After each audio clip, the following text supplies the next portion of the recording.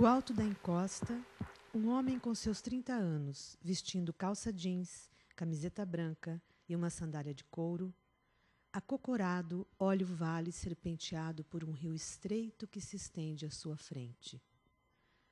O céu, azul e cristalino com poucas nuvens, e o silêncio, apenas quebrado pelo farfalhar das folhas, emana uma tranquilidade que contrasta com seu olhar perturbado e a tez contraída. Não é possível determinar quanto tempo ele ficou ali, acocorado. De repente, num gesto lento, lentíssimo, pega um graveto do chão. Depois de limpar a terra coberta de algumas folhas secas, escreve: respostas. Joga o graveto e murmura: é isso aí. Levanta-se com dificuldades, massageando as pernas adormecidas. Reconfortado, caminha em direção à estrada de terra. Ele não tem pressa. E sua fisionomia está, pelo menos aparentemente, mais tranquila. Ao rascunhar aquela palavra, ao dar-lhe uma efêmera forma material, teve a sensação de ter conseguido alguma clareza para seus pensamentos confusos. Agora, pelo menos era o que pensava, eles pareciam adquirir algum sentido.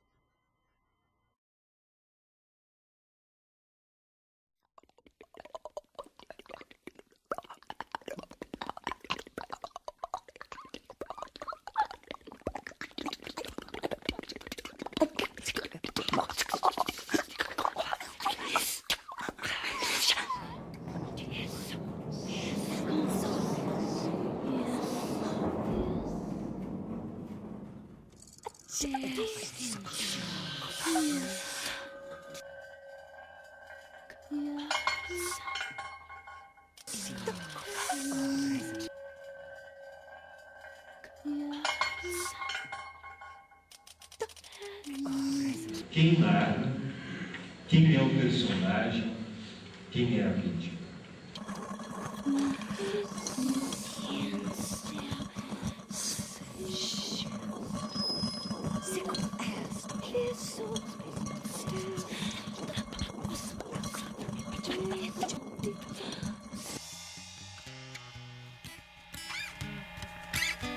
Falam isso, falam aquilo, falam assado, falam cozido, mas na verdade, na verdade, a poesia é a minha ciência.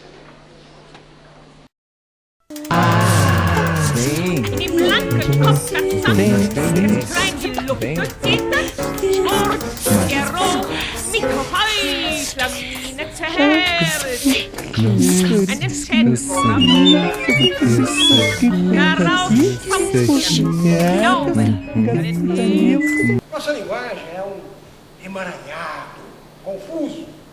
Ela caminha no vazio.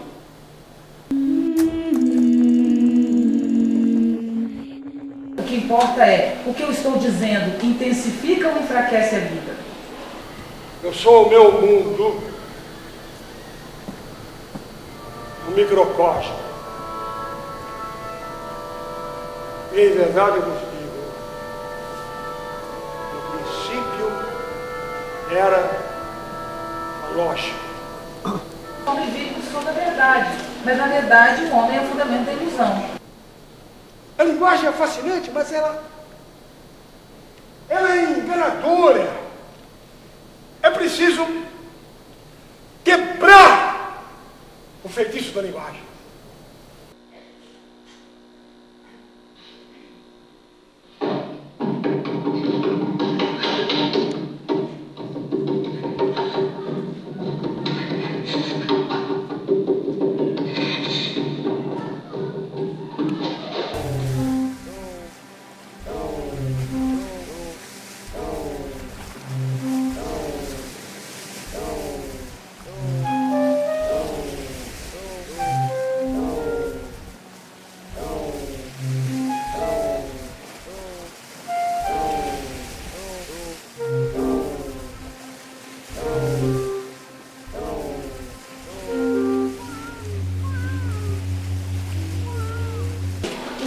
linguagem você acessa qualquer coisa, né? Você acessa com a linguagem o que existe. Por exemplo, esta água. Mas através da linguagem você acessa, por exemplo, o Homem-Aranha, um fantasma, uma medusa, né? O Minotauro. Você acessa qualquer coisa. Então a linguagem é um mapa do que existe, porque não existe, pode ser inventado.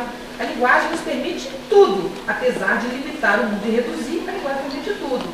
Então o que nós fizemos? Como o mundo muda, a linguagem não muda, a palavra não muda, muda se você mudar. Então o que nós fizemos? Nós abandonamos o mundo e fomos morar no mapa.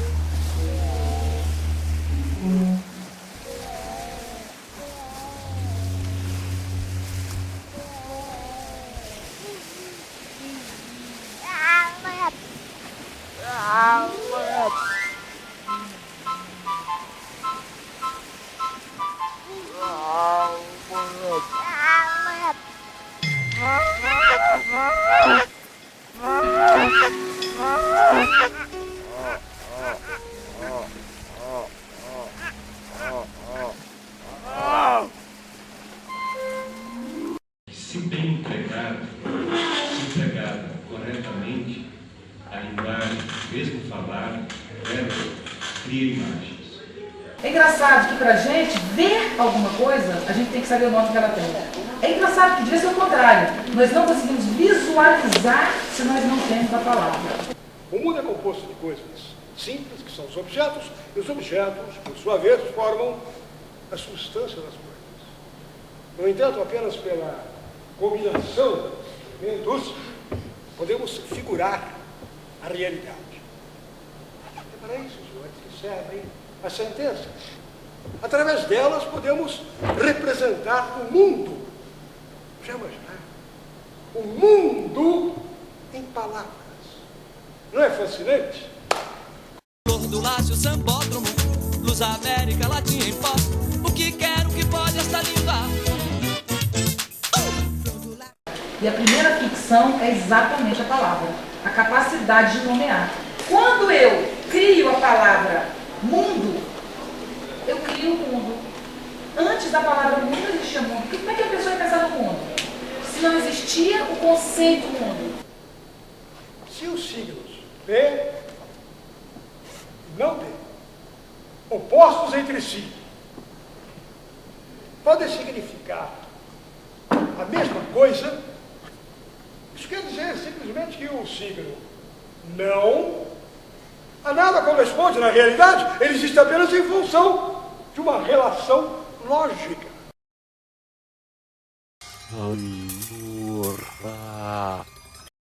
Esvaziem essa sala aqui de objetos materiais. Façam desaparecer tudo que há aqui de material. Façam desaparecer Londrina, o país, o planeta, o universo. Esvaziem o universo de coisas. Tirem tudo que é possível ser pensado no universo do universo. O que restará? Mas olha, resta tão só, ou primordialmente, a atividade que tornou tudo isso possível, ou seja, o pensamento. Eu estou aqui vivendo as intensidades que eu falei no início, atravessada. No entanto, o que eu faço? Eu transformo a minha vida num número de signos e elaboro signos. Então, se você pensar claramente, quem somos nós, senão um corpo raquítico que se arrasta por trás de uma cabeça obesa de palavras e pensamentos? Nós fomos reduzidos a uma máquina de pensar, né? Cada um de nós, prisioneiro dentro do seu mundo, cada um de nós, escravo da sua própria linguagem, todos nós fechados nesse círculo. Incrível! É melhor fazer uma canção. Está provado que só é possível filosofar em alemão. Se você tem uma ideia incrível, é melhor fazer uma canção. Está provado que só é possível filosofar em alemão. Blitz quer dizer corisco, Hollywood quer dizer Azevedo. E o recôncavo, e o recôncavo, e o recôncavo, meu medo. A língua é minha pátria, e eu não tenho pátria, tenho mate. Quero ortodoxa, né?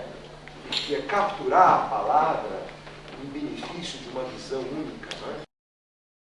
A ciência não é a única forma de conhecimento da realidade. Não é, nem pode ser. Eles jamais são capazes de compreender isso. O que é que a ciência tem? Tem lápis de calcular. Que mais que a ciência tem? Borracha pra depois apagar. Você já foi ao espelho, nego? Não? Então vá. Estava fazendo um zine. E eu fiz um primeiro esboço, enfim, eu estava inspirado naquele dia. Eu fiz um esboço para a capa do zine. E saiu isso. E eu achei que era uma imagem que merecia. Se a vida é um choque, se a vida é um devir, um vir a ser, um processo constante de mudança, se na vida nada é fixo, se a vida é vontade de potência, um jogo, um movimento, uma transformação, o movimento do pensamento nem sempre foi assim, não é característica do pensamento em si, mas é característica do pensamento ocidental, especialmente a partir do século V a.C., na Grécia, que é o fundamento do nosso pensamento ocidental. A partir desse pensamento grego, o que caracteriza o pensamento é a busca por permanência e a busca por duração. Então, se a vida é vontade de potência e movimento, o pensamento é exatamente a busca por fixação e por permanência. Então, para o Nietzsche, a metafísica, que é o fundamento da filosofia, como ele pensa, na verdade o Nietzsche é um generalista, às vezes, de propósito, né, provocativamente, então ele associa a metafísica à história da filosofia como um todo. Para ele, toda a história da filosofia é metafísica, porque toda a história da filosofia se sustenta na busca da verdade, ou na relação com a verdade, que seria aquilo que é. A verdade é aquilo que é, enquanto a vida é aquilo que muda. A linguagem é importante, mas ela nos enfeitiça. É por isso que nós vivemos presos a essas armadilhas da razão, a esses problemas filosóficos sem sentido algum. Então, não precisamos de teoria para explicar isso que é vivido, né? Os valores, eles se mostram na própria prática. Vida é vontade de potência. Dizer que vida é vontade de potência é dizer que todo tipo de vida, toda manifestação de vida é uma guerra, uma relação de forças, um combate. Se o objetivo, por acaso, é encontrar o mundo, contemplar o mundo, basta olhar diretamente as coisas, como fazem os budistas há séculos. Um lago é um lago, uma árvore é uma árvore, uma pedra é uma pedra. Chega de mistificação. A única coisa, a única tarefa que restou à filosofia é a análise da linguagem. A gente diz que o homem vive em função da verdade, mas na verdade o homem é o fundamento da ilusão. O que funda a humanidade é a ilusão. Sem a ilusão a vida não é possível. Aí volta aquele ponto da intensidade, que é a vida é uma intensidade exuberante. Essa intensidade nos atravessa. Nós nascemos e vamos morrer. Não sabemos porquê, não sabemos quando, não sabemos onde, não sabemos com quem, não sabemos se tem vida após a morte, se não tem vida, se encarna, se reencarna. Não sabemos nada disso. Então o que nós precisamos para isso? Nós precisamos da palavra para dar forma ao mundo que em si não tem forma. Nós precisamos da ficção das coisas para criar mito que nos salve. Os problemas da vida não se resolvem como se fossem equações do segundo grau. A vida moral do homem não se reduz a modelos explicativos dos fatos. Não há nenhuma regra universal para a solução de problemas desse tipo. Pensar numa coisa dessas é algo totalmente desprovido de sentido. Que eu tô vivo, que eu tô vivo, que eu tô vivo, vivo como a rocha. Eu não pergunto, porque eu já sei que a vida não é uma resposta. Se eu aconteço aqui, se deve ao fato de eu simplesmente ser. Se deve ao fato de eu simplesmente. Mas todo mundo explica. Explica Freud, o padre explica. Ele examina uma partitura, olho a notação musical e procuro a melodia por trás dela. Penso em todos os signos que representam as coisas e se eles se comportam de maneira análoga à partitura musical em relação ao material sonoro que ouvimos. Será que através dos signos poderemos algum dia ouvir a música das coisas? Talvez nós percebamos o verbo e a linguagem falada como algo abstrato, porque nos falta imaginação para perceber música, movimento e cor na palavra. Ou seja, falta poesia na nossa vida. Né?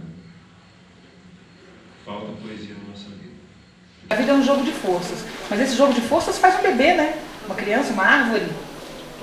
Esse jogo de forças faz uma nuvem, um céu, e olha ao redor, né? A gente fica embriagado de beleza. Então, se a vida é um jogo de forças que se configura, e se a configuração produz o belo como o sublime na natureza, a vida em si é um fenômeno estético. Se o homem pensa, ele é atravessado pela lâmina, né? O pensamento é uma lâmina. A consciência de si, que é a consciência da morte, que é a consciência da finitude, que é a consciência da transformação. Esse processo do pensamento que o homem tem, e os animais, pelo menos até onde a gente imagina, não tem, esse pensamento só não nos mata de niilismo e de sofrimento, porque a arte é o contraponto. O discurso poético é um discurso ambivalente, é um discurso plural, que produz vários sentidos. Porque a arte ela é mais afirmativa porque ele diz a arte é mais verdadeira do que a própria ciência, porque a arte mente e assume que mente, enquanto a ciência mente e chama sua mentira de verdade. Não, senhores, eu não acredito em sistemas nem em teses filosóficas. Para falar a verdade, eu não acredito na filosofia. Então, o que você quer que eu diga? O fato é que a comunicação, né, ela não é possível. Então, o que existe numa aula, por exemplo, vamos ser modestos, né? Vamos começar a exercer a modéstia. O que existe numa aula é o quê? Nós, professores, pululamos coisas, que salpicamos, entendeu? Para que vocês se instiguem e estudem. Mas não existe uma aula. Imagina se existe uma única aula no mundo. Uma aula que coloque, que você receba aquilo que você está dando. Isso não é impossível. Então, essa característica da palavra, da linguagem, é o mais belo da palavra, porque é aí que entra o poema. Não me pergunte por quê, quem, como, onde, qual, quando, o quê. Deus, tudo, nada, acaso como cosmonauta. Busco nada, seja lá o que for, já é. Não me obrigue a comer o seu, escreveu, não leu.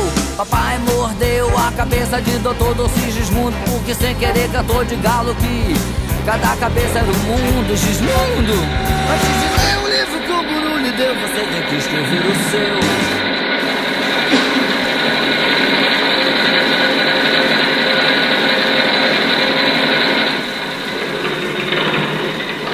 Sabia que eu sempre pensei que os unicórnios fossem monstros fabulosos? Nunca tinha visto um livro antes. Bem, agora que nos vimos, eu acredito em você, se você acreditar em mim. Não é um trato justo? Cada situação, cada jogo de linguagem tem suas formas próprias. Então nós temos sempre que estar fazendo esse trabalho, essa investigação, em cada jogo de linguagem.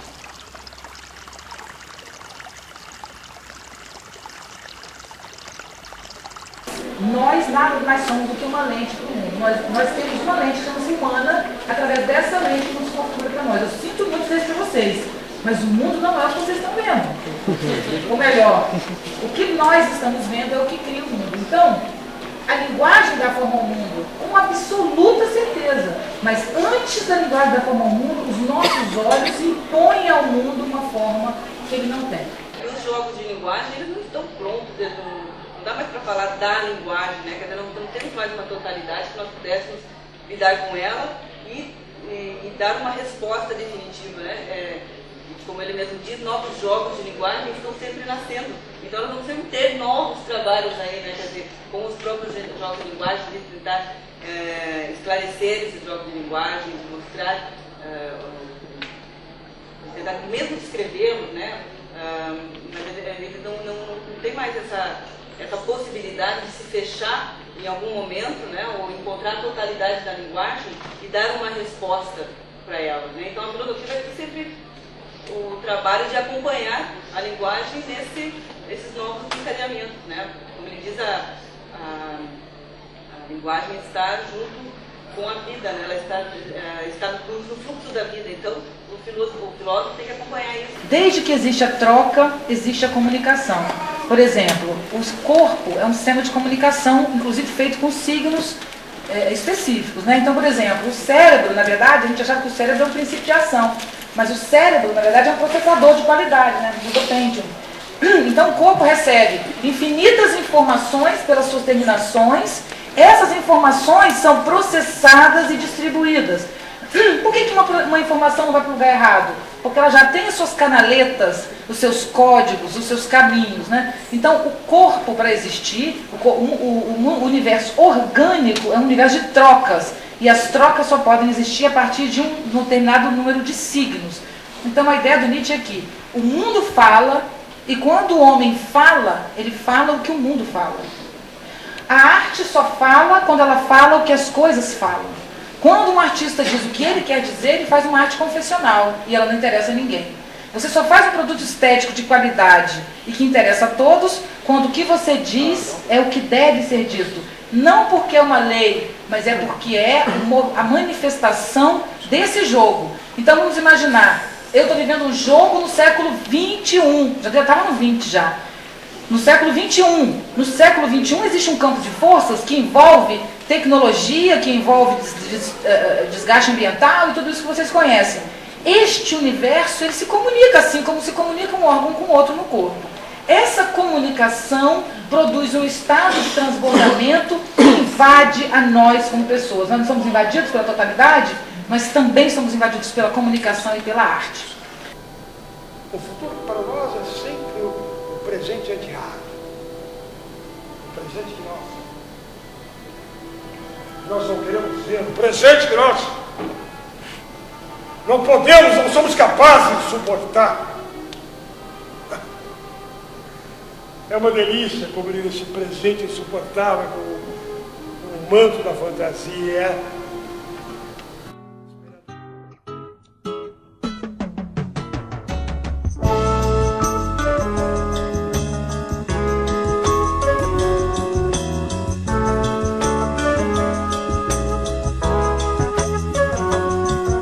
Se a gente falasse menos, talvez compreendesse mais.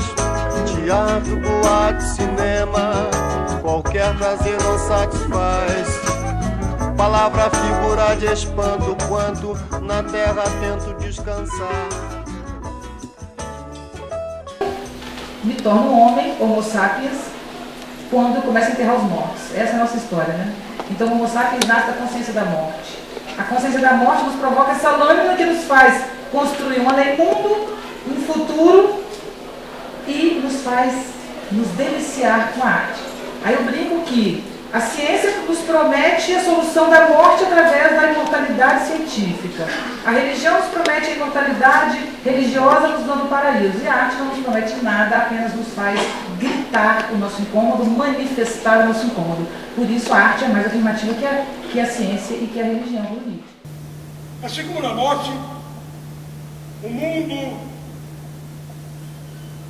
não se altera, mas acaba. 6, 4, 1, 2, 1. A morte não é um evento da vida. A morte não se faz.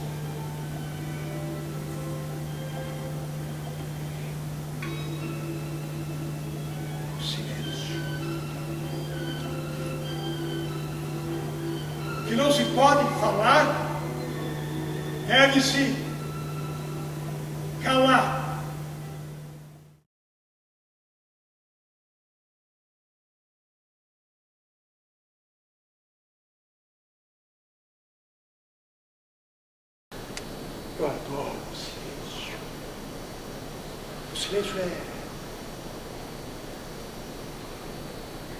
silêncio é alguma coisa como se fosse a música. O silêncio é a metade da música. É como um estojo que se abre, ouçam. O silêncio é o que está dentro. É o segredo. É o segredo que nunca é revelado. Eu adoro o silêncio.